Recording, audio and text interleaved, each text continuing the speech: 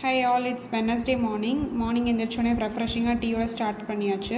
போய் indoor plans கிட்டலாம் ஒரு குட் மார்னிங் சொல்லிவிட்டு டீ குடிச்சிட்டு அதுக்கப்புறம் மதியம் லஞ்சுக்கு ப்ரிப்பேர் பண்ண ஆரம்பிச்சிட்டேன். இது வந்து துவரம்பருப்பு துவையல் பண்ணியிருந்தேன். Peas pulao, potato fry and துவரம்பருப்பு துவையல் தான் வச்சு சாப்பிட்டேன்.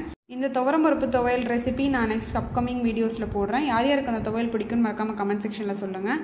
அதுக்கப்புறம் மார்னிங் ரெசிபி நான் ஆட் பண்ண விட்டுட்டேன். மார்னிங் வந்து சாமை பொங்கல் தான் பண்ணியிருந்தேன். மில்லட்ஸ் கொஞ்சம் ஆட் பண்ணி கூடவே தேங்காய் சட்னி, கெட்டி சட்னி அண்டு சாம்பார் தான் பண்ணியிருந்தேன். பாசிப்பருப்பு அண்ட் துவரம்பருப்பு போட்டு சாம்பார்.